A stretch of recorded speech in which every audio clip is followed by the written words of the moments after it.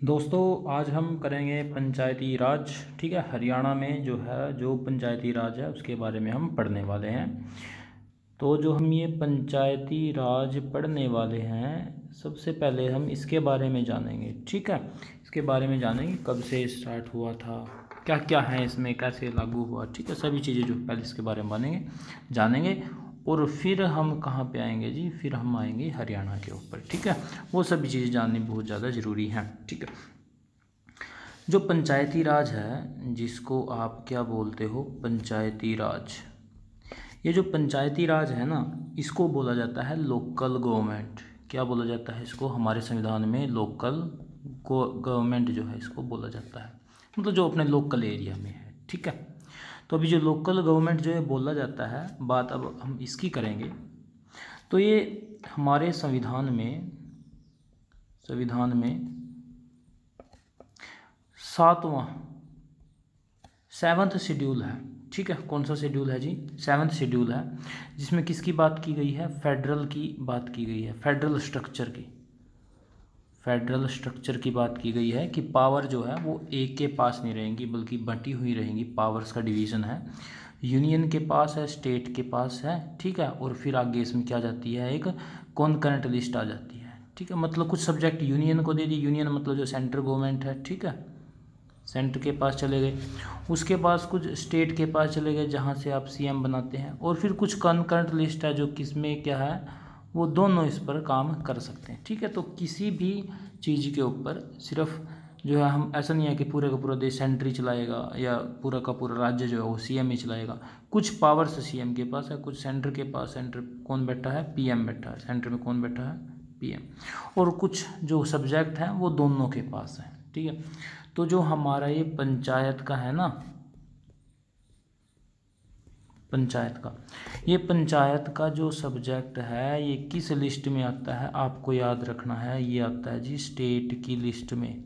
किस लिस्ट में आता है, ये स्टेट की लिस्ट में। मतलब पंचायत के ऊपर अगर कोई भी डिसीजन लेना है तो वो कौन सी सरकार लेगी जी, स्टेट गवर्नमेंट लेगी। और राज्य सरकार हम अपने राज्य के पंचायत के बारे में सोचेगी, काम करने वाली है वो। ठीक है, अभी हम बात कर लेते हैं कि पंचायती राज को जो है वो संवैधानिक दर्जा मिला है।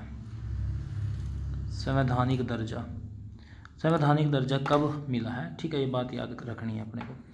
73rd संविधान संशोधन हुआ था। क्या बोला मैंने, 73rd संविधान संशोधन हुआ 1992। ये होता है जी, इसमें क्या है कि पंचायती राज को, पंचायत को, जो गांव में सरपंच वगैरह नहीं बनते हैं, तो उस पंचायत को क्या दे दिया गया, संवैधानिक दर्जा दे दिया गया। संविधान संशोधन 1992, और कौन से नंबर का था ये, 73rd, 73वां जो है वो संविधान संशोधन था। संवैधानिक दर्जा मिल गया, मतलब कोई भी आपके जो कोई डिसीजन है वो पंचायत जो है वो छोटे मोटे मसले निपटा सकती है। आपको आगे कोर्ट में जाने की ज़रूरत नहीं है, वही आपका एक कोर्ट है, छोटा सा वो कोर्ट है। ठीक है, संवैधानिक दर्जा ये उसको मिल गया। लागू कब होता है, मेन बात आ जाती है जी लागू होने में। 24 अप्रैल का दिन था, और सन कौन सा था जी, 1994। इसी की वजह से 24 अप्रैल को राष्ट्रीय पंचायत दिवस, जो पंचायत दिवस है ना, वो कब मनाया जाता है जी, 24 अप्रैल को वो मनाया जाता है। ये बात आप याद रखोगे। ठीक है, आप ये बात याद रखोगे। तो जब ये 73rd अमेंडमेंट होता है तो कौन सा आर्टिकल मिलता है जी पंचायत को, कौन सा आर्टिकल मिलता है, आर्टिकल मिलता है जी 243। और फिर इसमें जो है कहाँ तक चले गई ये, 243 ओ तक। ये क्या है जी, ये ओ है, ये ओ है। 243 से लेकर के आगे 243 A B C D E, मतलब 243 ओ तक ये चले गए। इसमें अब ये चले क्यों गए, जो पंचायत है ना, इसके पास कितने विषय हैं, इसके पास 29 विषय हैं। ये बात आप याद रखोगे। जो भूमिका है, गांव की भूमि है, कोई भी कर वगैरह है, पानी की व्यवस्था, गलियों की है, वो साफ़ सफाई की है। ठीक है, जो पंचायती ज़मीन है उसके बारे में है, वगैरह वगैरह बहुत सी ग्रांट वगैरह आती है, लगाना है गांव में, कैसा काम करना है, ये सभी बातें हैं उसमें। तो कितने विषय हैं जी पंचायत के पास? 29 विषय हैं, याद रखना है। 29 जो है वो सब्जेक्ट हैं किसके पास? पंचायत के पास। अभी जब ये 73rd अमेंडमेंट होता है तो इनको ये आर्टिकल दिए जाते हैं, तब संविधान में कुछ चेंजेस भी होते हैं। चेंजेस कैसे होते हैं जी? चेंजेस ये होते हैं कि एक पार्ट जोड़ा जाता है जी, 9th पार्ट, एक नया भाग जोड़ा जाता है जी संविधान में, ठीक है। कौन सा भाग था वो? 9th पार्ट था वो। आई बात समझ में? और उसके बाद फिर एक नया शेड्यूल जोड़ा जाता है, एक नया शेड्यूल भी जुड़ा था। वो कौन से नंबर का था वो आप याद रखोगे, वो था जी 11th नंबर का। 11th शेड्यूल जो है वो किससे रिलेटेड है? वो रिलेटेड है जी आपके पंचायत से, पंचायती राज से रिलेटेड है 11th शेड्यूल। कब जुड़ा था? 1994। ओके, ये था जी 1992। ओके, 73rd अमेंडमेंट हुआ था ये बात आपको याद रखनी है। ओके, तो हमने अभी तक ये पढ़ा है कि जो पंचायती राज है संवैधानिक दर्जा मिला था 1994 में, वो लागू हो गया था 24 अप्रैल को, जिसके बाद ही ये जो पंचायती दिवस है वो मनाया जाने लगा। इसमें 29 सब्जेक्ट हैं, लोकल गवर्नमेंट इसको बोलते हैं, ठीक है। ये सभी बातें हैं। इसमें जो है, जो ये हमारा होता है ना, ये जो पंचायती राज है ये 3 स्तरीय होता है। कितने स्तरीय होता है जी? 3 स्तरीय होता है। भाई पहला जो है वो किसके लेवल पे होता है जी? डिस्ट्रिक्ट लेवल पे होता है, जिसको आप क्या बोलते हो? जिला परिषद, जिसको आप क्या बोलते हो? जिला परिषद। उसके बाद फिर किस पे होता है? ब्लॉक लेवल पे होता है। ब्लॉक लेवल पे होता है, उसको ब्लॉक समिति आप बोलते हो, उसको आप क्या बोलते हो? ब्लॉक समिति बोलते हो। और उसके बाद आता है जी विलेज लेवल पे, उसके आप क्या बोलते हो? ग्राम सभा, ग्राम सभा उसको आप बोलते हो, ठीक है। ग्राम सभा में आप क्या बनाते हो? सरपंच वगैरह बनाते हो, ठीक है। और सरपंच जो कैसे होते हैं? ये डायरेक्ट इलेक्शन से होते हैं। कैसे चुने जाते हैं जी? ये बात याद रखनी है। डायरेक्ट इलेक्शन, आप वोट डालोगे तभी सरपंच बनेगा, ठीक है। ऐसे 2-3 उम्मीदवार खड़े होंगे, आप वोट डालोगे तब जो है वो सरपंच बनेगा, जो भी ज़्यादा वोटें जीतेगा, ठीक है। अच्छा, इसमें ना रिजर्वेशन भी होती है। ओके, ऐसा होता है कि इस सीट पे जो है एससी लड़ सकता है, एसटी है, या फिर ओबीसी है, या फिर महिलाओं के लिए है, इस तरीके की बातें होती हैं। तो मोस्ट इम्पोर्टेंट बात ये आ जाती है कि ना महिलाओं को हरियाणा में कितना प्रतिशत आरक्षण दिया गया, ये मोस्ट इम्पोर्टेंट है। और अभी रिलेटेड भी, अभी करंट में भी थी ये बात, ठीक है। तो हरियाणा में जो महिलाएं हैं ना, महिलाओं को कितना % का आरक्षण मिला है पंचायत में? तो वो मिला है जी 50% का। याद रखना है, ये 50% मिला महिलाओं को, ठीक है। और अभी एक था right to recall, right to recall, ये हरियाणा में लागू है। ये क्या है? ये राइट टू रिकॉल। सपोज आपका जो सरपंच आपने बना दिया, ठीक है, सरपंच बना दिया, या फिर वहाँ का जो है वो ग्राम सभा का मेंबर है वो बना दिया, वो अच्छे से काम नहीं कर रहा है, तो जो उसके कुछ कंडीशन है कि कितने पार्ट जो है वो गांव का उसके खिलाफ होना चाहिए, उसके खिलाफ साइन करके दे, वोट करके दे, बोले, ये सब है। तो आप वहाँ से उसको क्या कर सकते हो? हटा सकते हो। अगर गांव में सपोज 500 हैं, ठीक है, 500 वोटें हैं, तो इसका कुछ पर मेरे को अभी याद नहीं है वो कि इतना %, ये इतने पार्ट जो है अगर इसके खिलाफ हो जाए सरपंच के मेंबर के, तो उसको फिर वो हटाना पड़ेगा, चाहे उसका कार्यकाल पूरा न भी हो। अच्छा, पंचायत का जो कार्यकाल था वो कितने का होता है जी? वो 5 साल का होता है। 5 साल का कार्यकाल होता है, ठीक है। कार्यकाल होता है जी किसका? पंचायत का। आपको पता होगा, ये नॉर्मल सी बात है बिल्कुल, ठीक है। अच्छा, हर साल ना 2 बार, कम से कम 2 बार ग्राम सभा बुलाई जाती है, ठीक है। एक 13 अप्रैल को, एक 2 अक्टूबर को, 2 बार ग्राम सभा जो है, जिसको बैठक बोल सकते हो आप, वो बुलाई जाती है। वो बुलाई जाती है जी 13 अप्रैल को, और उसके बाद फिर कब आती है जी? 2 अक्टूबर को। आई बात समझ में? ये सब बातें हैं ग्राम सभा के बारे में, ठीक है। अच्छा, मैंने अभी ना वो बताया था कि रिजर्वेशन के बारे में बताया था, उसमें एक मैं मोस्ट इम्पोर्टेंट चीज़ बतानी भूल गया कि ये जो रिजर्वेशन का जो ये है आर्टिकल कौन सा है, ये किस आर्टिकल में रिजर्वेशन है, किस आर्टिकल में रिजर्वेशन है? पंचायती राज में। पंचायती राज में कौन सा आर्टिकल आपको रिजर्वेशन देगा? ये है जी 243D। आपको बताया था ना कि 243 से लेकर के 243O तक ये पूरे के पूरे आर्टिकल हैं, इसमें कुछ से कुछ बातें की गई है, पहले आर्टिकल में ये, दूसरे में ये।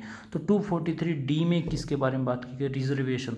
रिजर्वेशन के बारे में आपको बताया है कि 50% किसको मिला है? अकेला महिलाओं को मिला है। ये बात आपको याद रखनी है। ओके,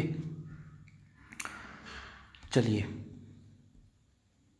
तो हम बात करते हैं, अभी ये लागू करना है ना, लागू तो वैसे हो गया था ये, बट ये इसको संवैधानिक दर्जा वगैरह मिला था, वो आपको बोला था मैंने, कब मिला था वो? 1994 में। बट इससे पहले ये लागू हो गया था, इससे पहले लागू हो गया था। याद रखना है पंचायती राज कब लागू होता है इंडिया में, पंचायती राज कब लागू होता है? याद रखोगे 2 अक्टूबर 1959 में। कहाँ पे होता है ये?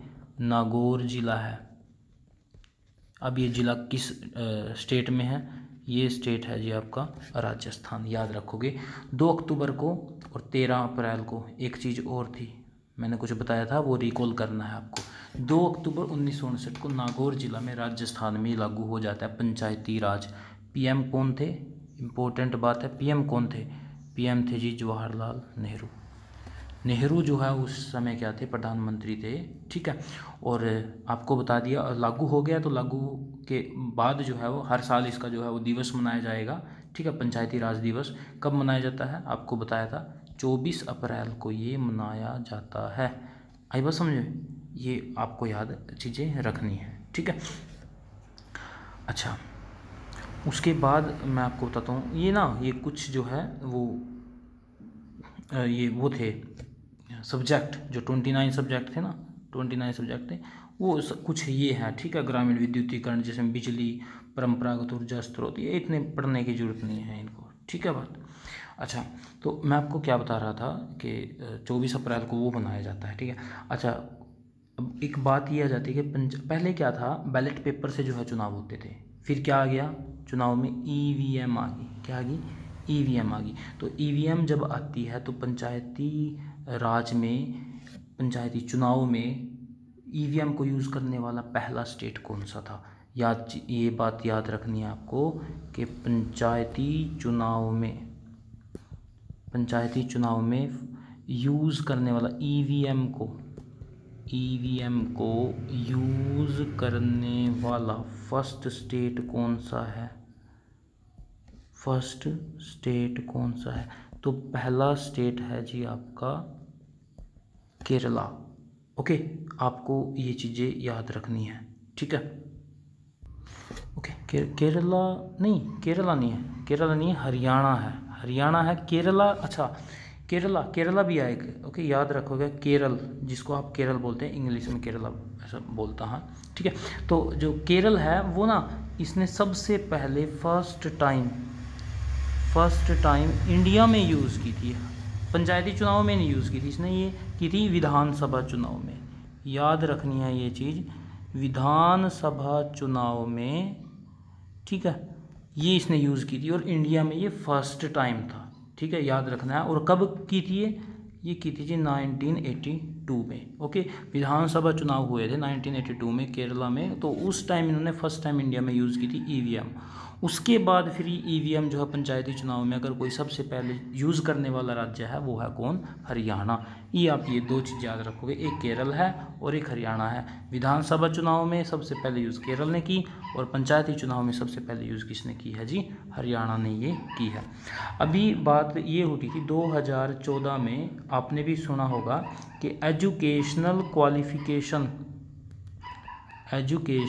क्वालिफ़िकेशन जो है वो जारी कर दी गई कि आपको ना ये क्वालिफ़िकेशन होनी चाहिए पंचायती चुनाव के लिए। तो ये फर्स्ट राज्य कौन सा था?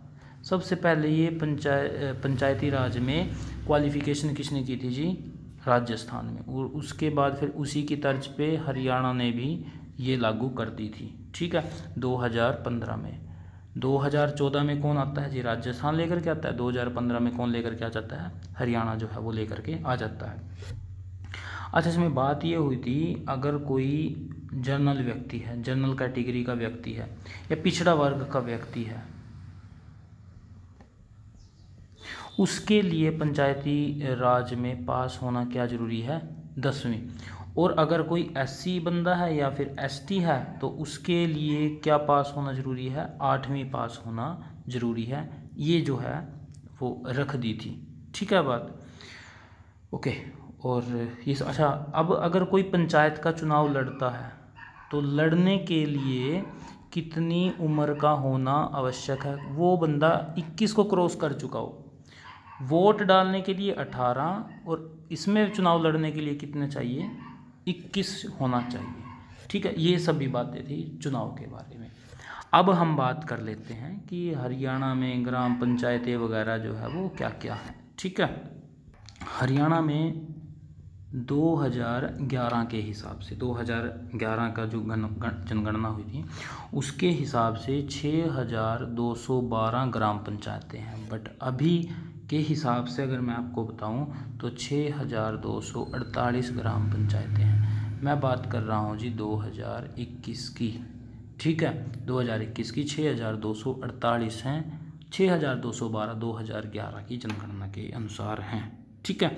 और आयु कितनी बताई थी इनके चुनाव में लड़ने के लिए? 21 साल होना ज़रूरी है। वोट डालने के लिए 18 साल का होना ज़रूरी है, ठीक है। अच्छा, ब्लॉक समिति के बारे में मैंने आपको बताया था। अगर पंचायत समिति में कम से कम 5000, पंचायत समिति में कम से कम 5000 यदि मतदाता हो जाते हैं किसी क्षेत्र में, तो वहाँ क्या होगी? एक ब्लॉक समिति होगी। वहाँ क्या बनेगी? एक ब्लॉक समिति बनेगी। 5000 मतदाता, ठीक है। और इसका मुख्य अधिकारी कौन होता है? जिसको हम चेयरमैन बोलते हैं, प्रधान बोलते हैं, बीडीओ। बीडीओ ये क्या होता है? Block development officer. क्या होता है ये? Block development officer, okay. ये चीज़ें आपको याद रखनी है। तो ये था जी हमारा पूरा का पूरा आज पंचायती चुनाव के बारे में, ठीक है। कब से लागू हुआ और क्या संविधान संशोधन था, कितनी लिस्ट थी इसमें, लोकल गवर्नमेंट बोलते हैं, कौन से पार्ट में है, कौन सा शेड्यूल ऐड हुआ था, 11वां शेड्यूल ऐड हुआ था, सबसे पहले ईवीएम कब लागू हुई इंडिया में, पंचायती चुनाव में कौन लेकर के आया, शैक्षणिक योग्यता, जितना भी हो सका, ओके, मैंने वो आपको कराया है, ठीक है। होप आपको वीडियो जो है अच्छी लगी होगी और ज़रूर काम आएगी ये, ठीक है। आपके जो अभी एग्ज़ाम होने हैं, चाहे वो आपके सेंटर के हों या स्टेट के हों, होप आपके काम आए, ओके। Thank you.